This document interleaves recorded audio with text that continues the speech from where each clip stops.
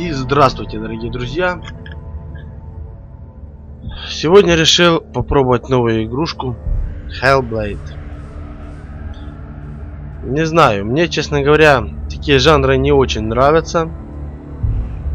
Но некоторые утверждают, что это просто замечательная игра. Просто шикарная. Не знаю. Лично для себя я пока не нашел во что поиграть, поэтому решил попробовать все-таки этот так называемый шедевр. С чего бы хотелось бы начать, ребята? Хотел бы я вам показать сначала фильм о данной игре, чтобы вы понимали, в чем суть игры.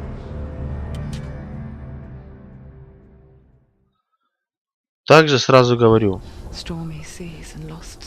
лица, у которых слабая психика, желательно не смотреть не данное видео. Ну, данное видео, я думаю, здесь ничего страшного не будет. А вот дальнейший непосредственно геймплей данной игры, пожалуйста, отстранитесь от экранов, потому как здесь описываются психозы. И лучше вам лишний раз не нервничать, короче говоря.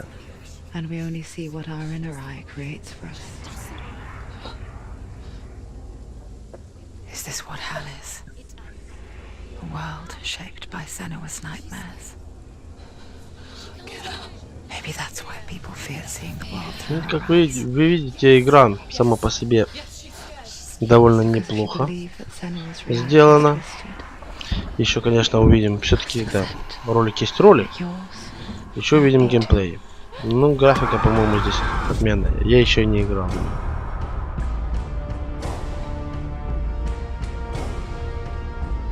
Сейчас начнут рассказывать о данной игре. Как, что, к чему. Читайте, пожалуйста, субтитры, потому как я их читать не буду. Их так-то читать не всегда успеваешь, не то чтобы еще в голос.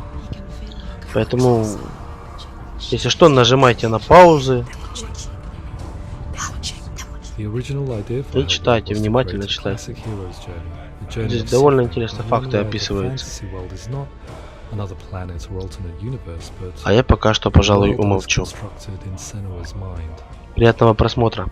But to do so would mean putting psychotic mental illness at the center of the experience, a subject that is still considered taboo, and a challenge that was both terrifying and exciting in equal measure. In Hellblade, the starting point was a newly discovered Celtic goddess called Sенua in Ashwell, Hertfordshire. When first discovered, her name was thought to be Sенua, a name which I liked and kept. I wondered if Sенua might have been a Celtic warrior like Boudica who stood up to the Romans. While the Romans had conquered all of Europe, there was a group of Celts up in the furthest reaches of the Roman Empire that could not be conquered, the Picts. And so the Romans built a wall, called Hadrian's Wall, that spans across Britain from sea to sea to keep the Pictish barbarians at bay. The Picts were known for their war paint, painted on with woad, and their matted hair clumped with lime. And so Senoa would be a barbarian Pict in this image. What's your name? Sенua. I haven't seen you before. I don't live home much. Oh, Zeno's daughter. I have to go. Wait. Orkney is off the coast of Scotland and was inhabited by the Picts, steeped in history and mystery, and so I made Orkney Senua's home and set the stage for a crisis. In the late 8th century, the first Vikings landed on the Orkney Islands. The population of the Picts crashed thereafter, replaced by the Norsemen of the 9th century. Were they wiped out? We don't know for sure, but it would seem likely given the reputation of the Vikings. The Northmen's brutality is legendary. High-ranking leaders and chieftains of the tribes they conquered were often offered as sacrifice to their gods. The most brutal of these sacrifices was known as the Blood Eagle. I imagine Senua as a young female warrior who returns home from exile to find her partner, Dillion, brutally sacrificed to a Norse god by these hellish warriors from a faraway land. I imagined the horror of this moment and how it would have dragged her deep into mental torment.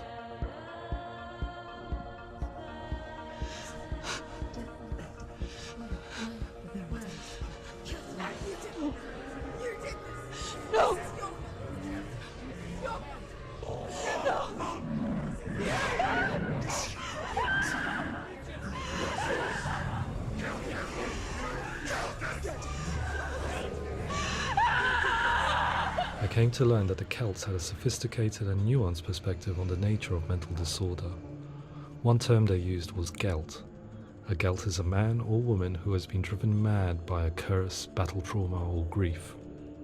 The gelt would take to a life in the woods in search of penance, punishment, and purgation. And so Sенua became a gelt, cursed by darkness, looking for redemption in the wilds. Another word the Celts used in reference to mental disorders was druth, meaning fool, or liar, one who utters the words of God. They tell of the mad sinner who flees battle into exile and takes on a beastly nature, growing feathers on his body. The character called Druth in Hellblade is based on a little-known person called Findan, an 8th century Irish Celt who was captured and enslaved by the Vikings, but eventually escaped to Orkney where he became a monk.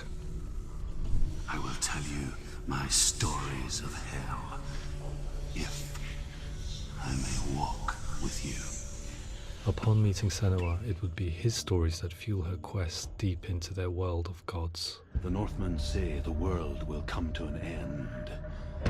The sun will grow black, the earth will sink into the sea, the stars will disappear, fire and water will meet, flames will play against the sky, the heavens and earth and all the world will be burned, all the gods will be dead, and the warriors of Valhalla and people everywhere. Senua, prepare yourself for Ragnarok, for it is nigh. So the stage was set for a new adventure, a journey into the Norse underworld called Hell, a vision quest fueled by madness and myth, a fantasy that was created by Senua's own mind, and one that we would experience through her eyes. This is your mission. This is your quest. There is nothing else left. To make a game about a warrior with psychotic mental illness as its central theme was fraught with danger. Mental illness, such as psychosis, is still taboo and rarely acknowledged in a century of cinema, never mind the new medium of games. Where it does feature, it often conflates psychosis and psychopathy associated with a lack of empathy. It is unfortunate that these two words sound so similar that they are used interchangeably in media. I must admit that I didn't have to look very far to discover my own ignorance of the subject. So we reached out to Paul Fletcher, psychiatrist and professor of health neuroscience at University of Cambridge. Psychosis is a descriptive term, and it refers to having a loss of contact with objective reality. So it's characterized by two main sets of symptoms. One of them is hallucinations, where somebody experiences perceptions when there is no actual objective thing out there to perceive. You're already dead. Who are you? And the other is delusions, where somebody comes to very often bizarre, unpleasant, frightening beliefs when there's no good evidence in favor of them. There's no doubt about it. The source of the darkness is in Hellheim. And the goddess Hela holds his soul there. We reached out to Welcome, a biomedical research charity that spends billions on research and awareness programs aimed at improving health. Mental health hasn't always been presented in the media in a way that is particularly helpful. It can be challenging to engage people with the subject matter, and there are a lot of preconceived ideas about mental health, and particularly schizophrenia and psychosis. So we hope our support allows the team to continue to collaborate with Paul Fletcher and with those who have experience of psychosis to create a game that provides a fresh perspective on the condition and allows audiences to engage with it in a way that just wouldn't be possible in any other medium. What started out as a brief consultation convinced me that we were only scratching the surface of an immensely deep and interesting subject that could enrich and change the very nature of the game. That's cool. Thanks so much for coming. Pleasure. Thanks. It's really interesting for me, and I'd love to be involved. It's fascinating. Absolutely. Our understanding of psychosis is still very much a mystery, and ways of treating it are still primitive compared to physical illness. After all, it is easy to see the pain and suffering caused by physical diseases or physical trauma. It is not so easy to see the mental suffering and trauma of severe mental illness, but what if we could find a way to see it? Games are capable of drawing you in for hours on end, playing the role of a character who is different from you, experiencing their perspective, and actively involving you in a world that functions with a different set of rules.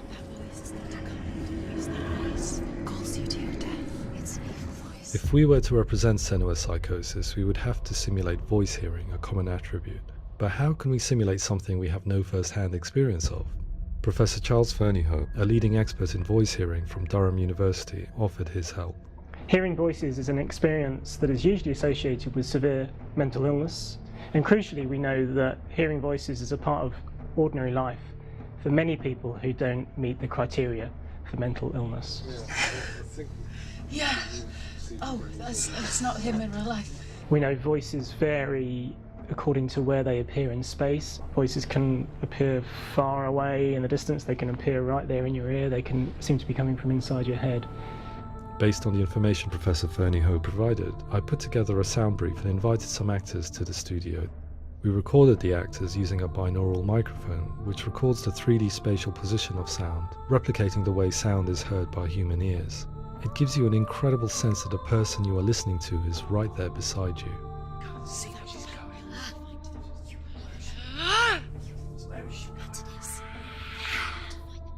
Rachel Waddingham from the Voice Collective came to our studio with 2 young voice hearers to speak to our team. We talked at length about their experiences and they listened to our tests, giving us feedback on how we could improve on it. Everyone hates her.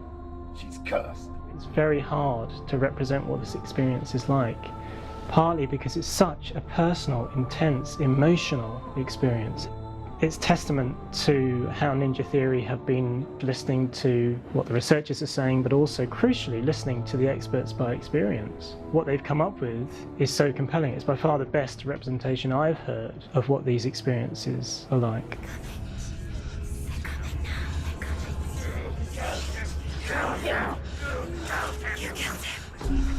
Other common attributes of psychosis are visions and flashbacks. We met with Recovery College East, who work with and care for people recovering from severe mental disorders. A group of service users gave us their first-hand account of what they experience. Sometimes when the visions or what we're seeing is too much, it becomes more difficult until eventually we perhaps don't see anything. The people we spoke to, the stories they told, were fascinating, harrowing and mind-boggling. The reality of what people experienced was vivid, far exceeding what I could possibly have imagined. We went away itching to represent some of these visions and flashbacks in the game. As we all know, my heart is so, love is so far away. Don't you know how I wanna feel deeper? I could never know how you grow, all these days are killing me. Now I see deep in me insanity does unfold. I just wanna feel deeper, deeper. I just wanna feel deeper, deeper.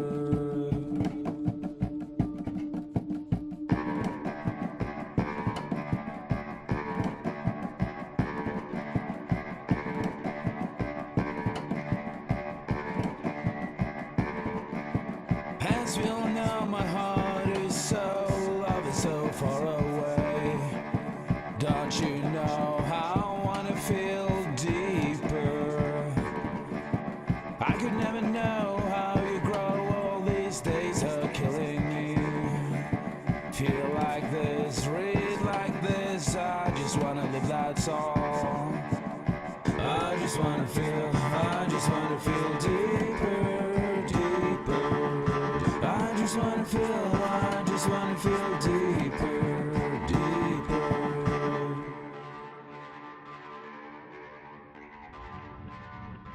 To refine our work, we continue to hold meetings with Recovery College East over the course of a year and a half, showing them what we had achieved so far and refining the in-game representations based on their feedback. With their help, flashbacks, visions and changes in perception were woven into the story and gameplay of Sенua. The students that are involved in this project are incredibly excited about being involved. They have described the experience as being important because values their lived experience and shows that despite what we have been through, all of that experience becomes valid, that actually it's something that we should all be talking about. The experiences described range from beautiful to frightening beyond comprehension. I heard of a girl who has to live with an angry voice screaming at her, slamming on her doors and walls 24 hours a day. I met someone who would often see hanging corpses in a room, so real that she would sometimes try to rescue them.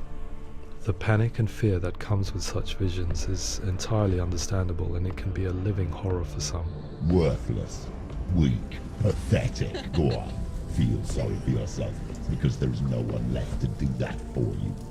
I was urged by one fellow that we should not shy away from showing this horror, and so I was perpetually torn in making Hellblade. Had we gone too far with our representations, or not far enough? Broken and lost, just like your soul. Come on.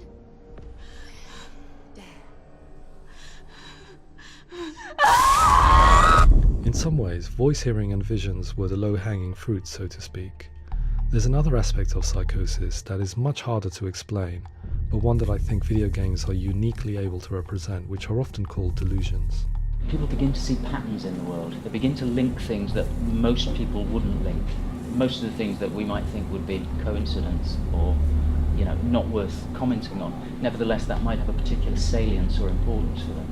One individual described how everyday words, sounds, colours and objects were steeped in meaning to him, forming a strange and sinister puzzle that he was determined to solve but could not quite get to the bottom of. It's not just brain dysfunction. It's not like the system shut down. It's actually an incredibly creative process. The person creates a world populated with voices and phantasms and terrors, and they're completely immersed in it. They believe in it. We often invite people into the studio to play the game. In one of our playtests, they played through much of the game, making associations between runes, secret messages, and the threat of darkness that stalked them. There are many things that happen in the world of Hellblade that make perfect sense within the context of Senua's mind. The dark rot that's killing her slowly from within, the secret runes of the gods that block her path to Hellheim, and strange associations that exist in the game to confuse you. To complete Senua's quest, you have to internalize and accept the logic and meaning behind these things to progress. Afterwards, they said that they didn't see much evidence of mental illness in the game. People with delusions of all sorts would argue the same thing, that they are not aware of their experience being abnormal in any way. I need this sword. It's important. Representing perception changes and thinking patterns within Hellblade gives us a set of symptoms common in psychosis.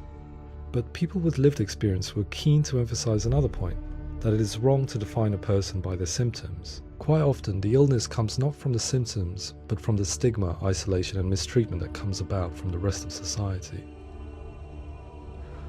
They say that I'm cursed. What if they're right? I needed someone to portray Senua, someone who could believably internalize her suffering.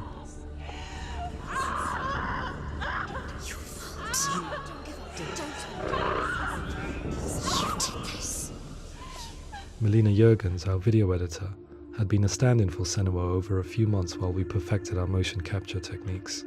Without realizing it, she had already auditioned for the role, and I knew her well enough to know that I didn't have to teach her to act, but to relive her own internal pain. As often is the case, those who have suffered mental anguish are never far from us.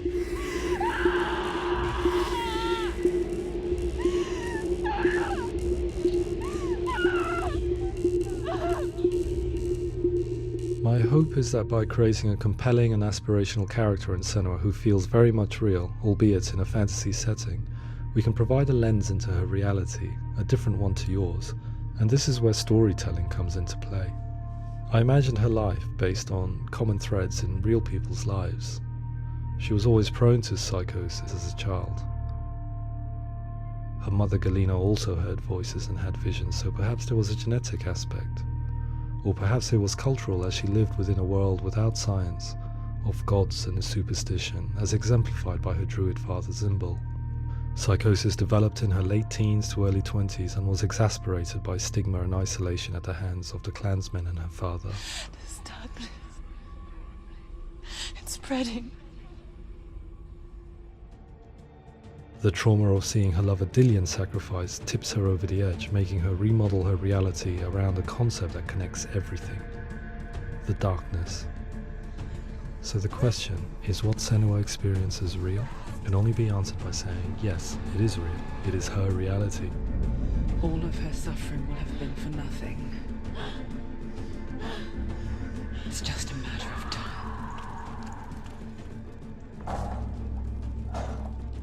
Towards the end of the project, service users and professionals that had collaborated with us were invited to see the near final game.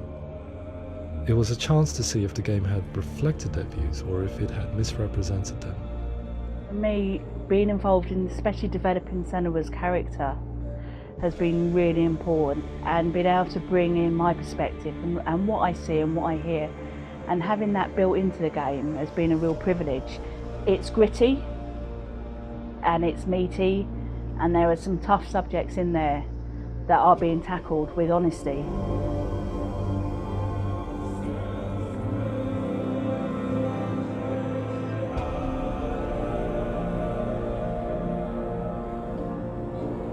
I was blown away by it today, absolutely blown away.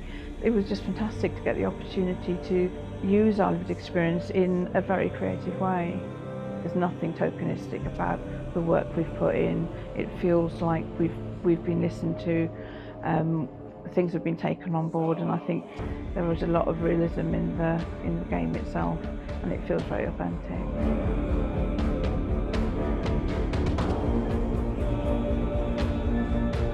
Hellblade will give people a good experience of what it's like to hear voices and have those experiences. I'm glad that the guys at Ninja Theory kind of asked us to come along and help them build an experience that's positive when it comes out, and get myself a copy and have a go.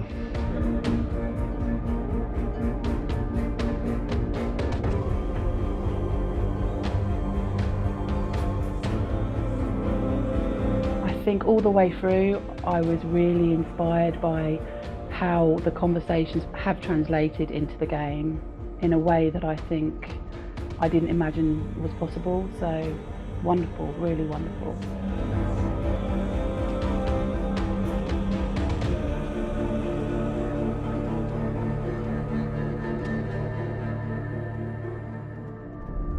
I really hope that others will follow the lead they've set and use the power of something like a video game to change people's perceptions, to increase understanding, and ultimately to make some of the stigma around voice hearing and other experiences go away.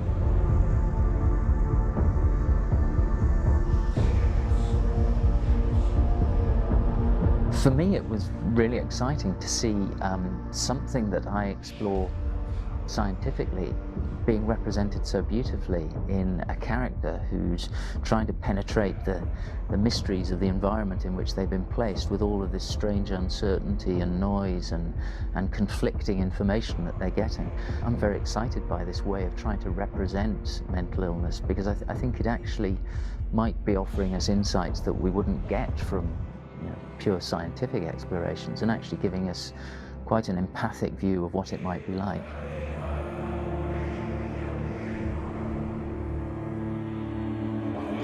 Mental illness has been with us for as long as we have been on this planet, but why? Why hasn't evolution stamped out this weakness from within our gene pool? I often pondered this question until I realized that the question had an inbuilt flaw.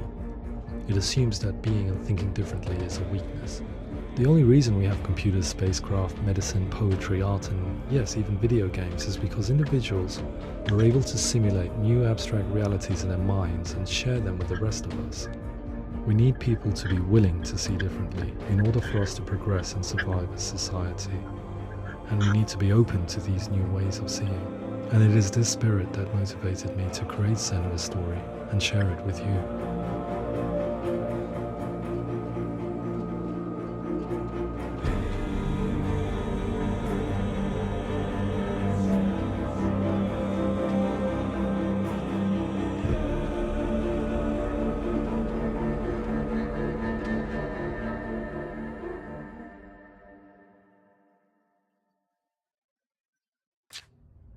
Ну что же, довольно интересное и познавательное видео. Если вы хотите получше узнать непосредственно саму суть игры, а также чтобы проще вам было окунуться в данный мир. Игру лично я буду играть в наушниках, так как и рекомендуют. Вам тоже рекомендую смотреть именно в наушниках. На этом, пожалуй, все. Первое ознакомление мы прошли. Дальше уже будет непосредственно начало новой игры и геймплей. Но это в следующем видео. Всем удачи!